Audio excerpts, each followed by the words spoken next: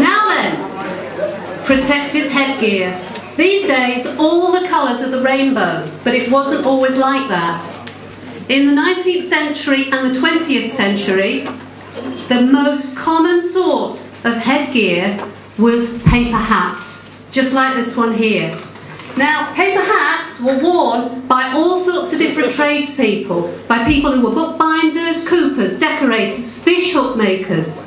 And the thing is, they were so common because of the characters in Lewis Carroll's book, Through the Looking Glass, depicting Alice's adventures, and there was the walrus and the carpenter. And the carpenter wore a cap like this.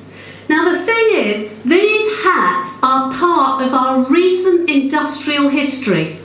They were worn in the 1950s and the 1960s by tradesmen all over the UK. Let's put this in perspective. This is the time of the Beatles, the time of the conception of the Barbie doll, and the introduction of the miniskirt, along with the paper cap. But even in more recent history, we had in Fleet Street in 1980, we still had reports of printers wearing these paper hats. So let's think again, what was happening in the 1980s? We were being thrilled.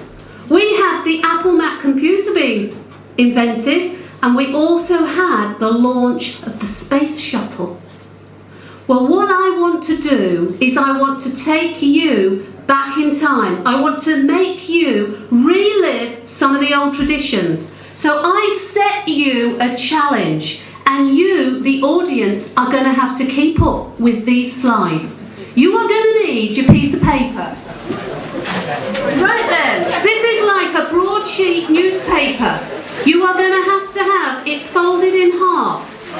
You are going to need to hold it upwards so that the fold is at the top, and you have to fold down the corners. You've got some keeping up to do.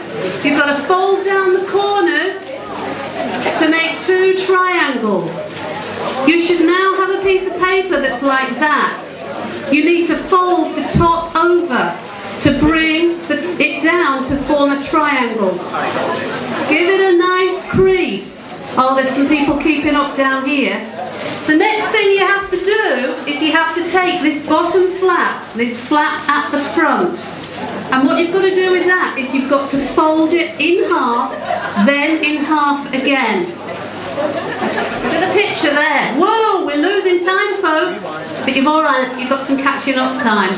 You fold it over and up, and it forms a cuff.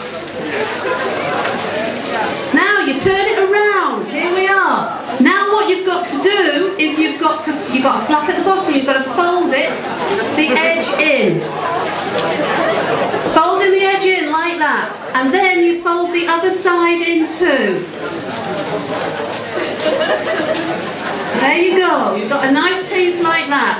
You're not going to have a point at the bottom, but you're going to fold this bottom bit in.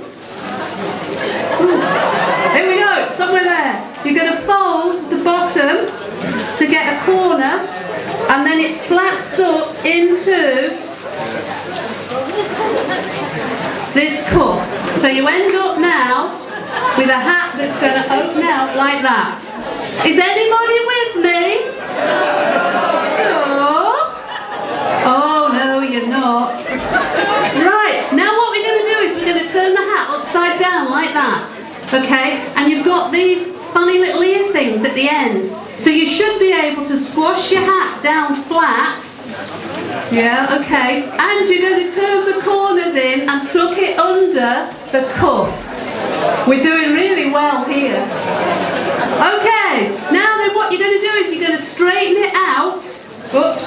You're going to straighten it out, and you end up with the one that I made earlier. You end up with a little hat like that, and you're going to put it on your head.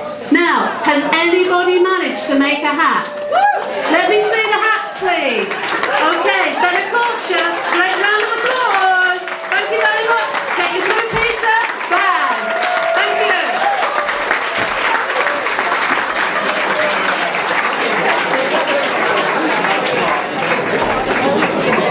Helen, Tait!